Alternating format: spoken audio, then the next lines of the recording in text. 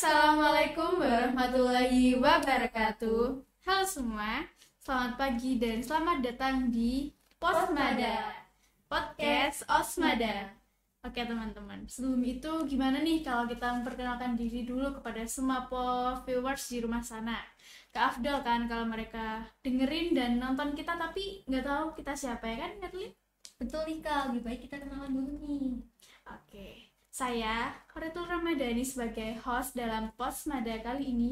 Dan saya, Aurelia Melin Indriani sebagai host podcast pada episode kali ini. Nah, teman-teman, hari ini kita akan mendengarkan testimoni tentang kunjungan studi kampus ke UNS atau Universitas 11 Maret Surakarta. Sekarang bersama kita seorang guru BK yang telah memandu siswa-siswinya dalam pengalaman ini. Nah, untuk Ibu Heni dipersilakan untuk memperkenalkan diri. Ya, terima kasih sebelumnya sudah diundang untuk menjelaskan tentang studi kampus ke UNS kemarin. Perkenalkan, saya Heni Nur Ahdia, biasa dipanggil Bu Heni. Saya guru bimbingan dan konseling SMA Ma'arif NU Pandaan. Kita semua tahu, persaingan untuk masuk ke PTN semakin ketat. Tapi jangan khawatir, kita akan melewati ini bersama-sama. Bersama narasumber kita akan membagikan pengalaman tentang kunjungan studi kampus ke Universitas 11 Maret Surakarta. Untuk itu, langsung saja kita beralih ke sesi tanya-jawab. Untuk pertanyaan pertama nih Bu Heni, bagaimana sih awal mula studi kampus ini diadakan atau diselenggarakan? Ya, awal mula program studi kampus di SMA Ma'arif NU Pandaan ini untuk menarik minat siswa agar mau melanjutkan ke jenjang yang lebih tinggi, mau kuliah seperti itu. Kalau misalkan hanya dari brosur-brosur atau melihat dari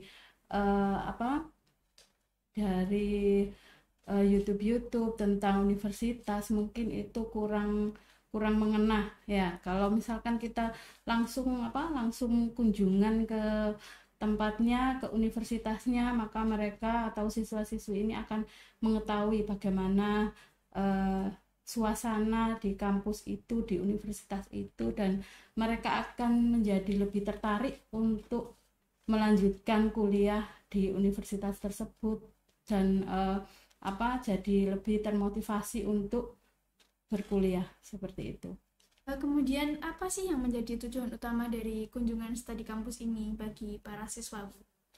Ya, utamanya kalau untuk siswa mereka akan mencari tahu informasi yang langsung dari narasumbernya, langsung dari dosennya di sana tentang bagaimana jalur masuk di kampus tersebut, kemudian berapa biayanya, kemudian jurusan apa saja yang ada di sana, prodi-prodinya ada berapa, dan fakultasnya apa saja, seperti itu. Jadi mereka akan dapat banyak informasi dari universitas tersebut ketika mereka melakukan kunjungan studi kampus ini. Oke, kemarin kan sudah studi kampus nih ke UNS. Nah, bagaimana sih peran guru BK dalam memandu dan mendukung siswa-siswi sebelum, selama, dan setelah kunjungan ke UNS kemarin?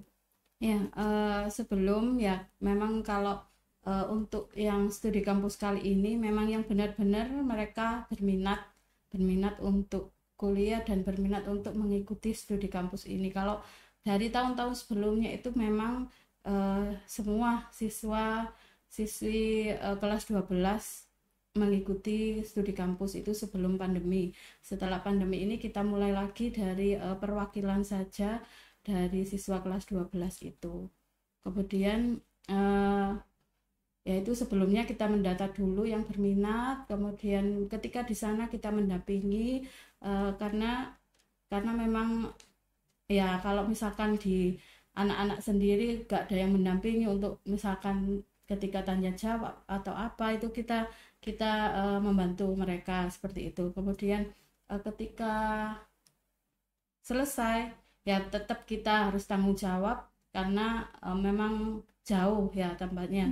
Jadi sampai mereka dijemput orang tuanya ketika sampai di sekolah, seperti itu. Kemudian nih, bagaimana sih reaksi umum dari siswa-siswi setelah mengikuti kunjungan ke UNS kemarin?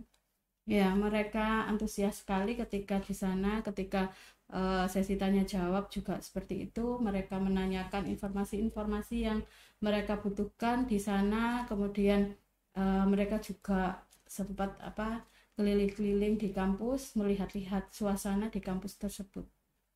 Seru sekali ya, Bu. Kemudian nih, apakah Ibu bisa memberikan contoh konkret tentang bagaimana kunjungan ini mempengaruhi pemikiran karir siswa-siswi? Ya, untuk pemikiran karir tentu saja setelah mereka mendengarkan pemaparan langsung, kemudian melihat langsung suasana di sana, pasti akan memberikan dampak kepada mereka untuk mindsetnya untuk tetap semangat melanjutkan ke jenjang yang lebih tinggi, kemudian lebih giat lagi belajar agar bisa diterima di perguruan tinggi negeri seperti itu. Baik, kemudian bagaimana Bu Heni membantu siswa-siswi dalam memahami potensi karir di UNS setelah kunjungan tersebut? Ya, karena di UNS itu ada beberapa fakultas, beberapa jurusan juga ya. Jadi kalau misalkan ada yang berminat di jurusan di sana, kebetulan ada jurusan kemarin itu ada kedokteran, kemudian antara lain teknik itu teknik sipil, teknik bangunan dan lain sebagainya. Kemudian ada vokasi juga ya. Jadi kita arahkan memang sesuai dengan minat dari siswa-siswi tersebut. Kalau misalkan minatnya ke teknik ya nanti kita arahkan untuk pendaftarannya ke teknik ya. Kemudian kalau misalkan minatnya ke kedokteran ya kita arahkan ke kedokteran. Jadi penjelasannya kemarin itu sudah sampai pada biaya masuk dan lain sebagainya seperti itu. Jadi sudah jelas kalau misalkan tentang potensi mereka ya nanti disesuaikan dengan jurusan-jurusan yang ada di sana tersebut seperti itu. Kemudian Ibu Eni, apa manfaat jangka panjang yang bisa didapatkan siswa dari pengalaman kunjungan studi kampus ke UNS? Ya, manfaat jangka panjangnya jelas mereka akan mengetahui lebih dalam, kemudian misalkan mau ke sana sendiri sudah tidak kesasar lagi seperti itu, barangkali kepingin mengetahui UNS lebih jauh jurusan-jurusannya juga, misalkan sekarang ini dia tidak memilih untuk di UNS, kalau misalkan tahun depan atau mungkin di jalur lainnya, misalkan jalur SNBP tidak memilih UNS karena beda wilayah ya, karena beda wilayah mungkin nanti tertarik ketika mereka mengikuti UTBK bisa memilih ke UNS. Jadi kemudian jangka panjangnya juga kemarin kita juga ada MOU juga dengan pihak UNS, jadi bisa bekerja sama untuk tahun-tahun ke depannya kalau misalkan mau kunjungan lagi atau mungkin ada kerjasama di bidang yang lain seperti itu selain studi kampus. Bagaimana cara Ibu mengevaluasi keberhasilan kunjungan studi kampus tersebut? Ya, cara evaluasinya ya tentu dari testimoni siswa, kemudian tingkat keinginan siswa untuk mendaftar ke perguruan tinggi tersebut, kemudian ketertarikan siswa untuk mendaftar untuk memilih program studi yang ada di universitas yang kita kunjungi tersebut. Itu adalah salah satu tolak ukur keberhasilan studi kampus ini. Apakah ada cerita atau testimoni dari siswa yang berkesan selama kunjungan studi kampus kemarin? Ya, karena penyambutan juga dari pihak UNS juga baik, kemudian ya mereka terkesan sekali, mereka senang sekali pada saat melakukan kunjungan tersebut. Ya, kalau biasa ya anak-anak kan foto-foto juga di sana ya, karena mungkin di sini juga suasananya, gedungnya itu kan sudah beda dengan sekolah ya, jadi mereka sangat tertarik dan antusias sekali seperti itu. Pesan apa yang ingin Ibu sampaikan kepada siswa-siswi setelah mengikuti kunjungan studi kampus ke UNS? Untuk siswa-siswi kelas 12 SMA Ma'arif NU Pandaan, pesan saya supaya agar terus giat belajar dan tetap semangat untuk mendapatkan jurusan atau program studi di universitas yang diinginkan, dan jangan lupa tetap berusaha dan berdoa agar cita-citanya tercapai. Amin. Baik, itulah perbincangan kita di episode kali ini yang sangat spesial karena narasumbernya merupakan salah satu guru BK dari sekolah kita sendiri. Kita harap setelah mendengarkan podcast ini, teman-teman akan mendapatkan wawasan yang berharga serta motivasi tambahan untuk mengejar impian kuliah di universitas impian kalian. Jadi, mari bersiap-siap untuk memulai perjalanan menuju masa depan yang cerah.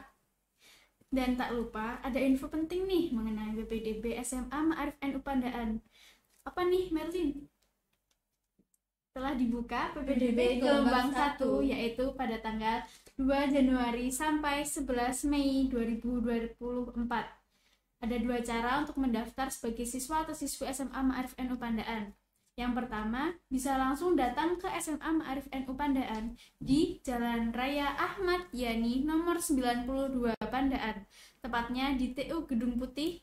Kalian cukup membawa foto 3x4 berwarna. Untuk siswa SMP Ma'arif Pandaan, pendaftaran gratis, sedangkan untuk siswa dari sekolah lain, biaya pendaftarannya cukup 200.000 saja.